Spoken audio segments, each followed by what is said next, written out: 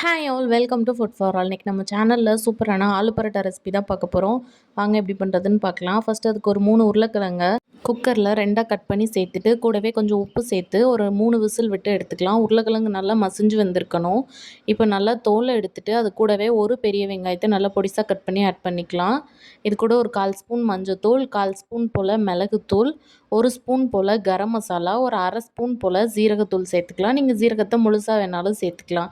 இப்போ இது கூடவே கஸ்தூரி மேத்தி இருந்தால் அதை கொஞ்சம் நல்லா க்ரஷ் பண்ணி சேர்த்துக்கோங்க. அப்படி இல்லாட்டி பொடிசாக கொத்தமல்லி இலை கட் பண்ணி சேர்த்துக்கலாம். இப்போ இது எல்லாத்தையும் நல்லா ஒரு பொட்டேட்டோ ஸ்மாஷர் வச்சுட்டு நல்லா மசிச்சு விட்டுறலாம். இல்லை நீங்கள் கையிலே பிசைனாலும் பிசைஞ்சுக்கலாம். இந்த அளவுக்கு உருண்டை பிடிக்கிற மாதிரி இருக்கணும். பொட்டேட்டோ வந்து ரொம்ப குழஞ்சி தண்ணியாக ஆயிடக்கூடாது. இந்த மாதிரி கெட்டியாக உருண்டை பிடிக்கிற மாதிரி இருக்கணும். இப்போ நம்ம பரோட்டா பண்ணுறதுக்கு ஆல்ரெடி கோதுமை மாவு பிசைஞ்சு வச்சுருக்கேன். ஃபஸ்ட்டு கொஞ்சம் மாவு எடுத்துகிட்டு அதை லைட்டாக சப்பாத்தி திரட்டுற மாதிரி திரட்டிட்டு நம்ம அதுக்கு நடுவில் இந்த மாதிரி நம்ம பண்ணி வச்சுருக்க உருளைக்கிழங்கு ஸ்டஃபிங்கை வச்சு இந்த மாதிரி பாக்கெட் மாதிரி நல்லா மடிச்சுக்கலாம். இப்போ அதை நல்லா ஒரு வாட்டி ரோல் பண்ணி அப்படி ட்விஸ்ட் பண்ணி எடுத்துட்டோன்னா அதை உள்ளே ஃபுல்லாக ஸ்டஃபிங் போயிடும். அப்புறம் மேலே எதுவுமே வராது.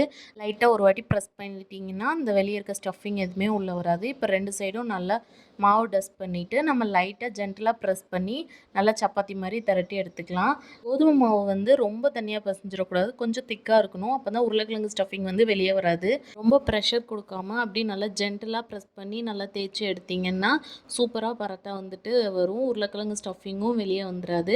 இப்போ இந்த மாதிரி நல்லா தேய்ச்சதுக்கப்புறமா நம்ம வந்துட்டு தோசைக்கல்லில் போட்டு எடுத்துடலாம். கல் நல்லா சூடானதுக்கப்புறமா நம்ம நார்மலாக சப்பாத்தி போடுற மாதிரி 2 சைடும் மாற்றி மாற்றி போட்டு எடுத்துக்கலாம். ஆலு பரோட்டாக்கு மெயினே அந்த கலர் தான். அப்படியே அந்த கோல்டன் கலரில் நல்லா மாறி வரணும். நீங்கள் எண்ணெய் இல்லை நெய் போட்டு 2 சைடும் சுட்டு எடுத்துக்கலாம்.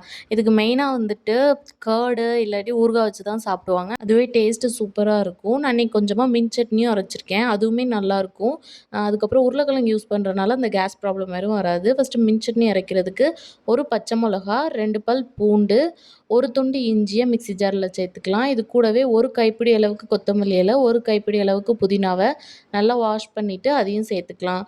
இது கூடவே நம்ம வந்துட்டு தயிர் சேர்க்கணுன்னா சேர்த்துக்கலாம். நான் இன்றைக்கி சேர்க்கல.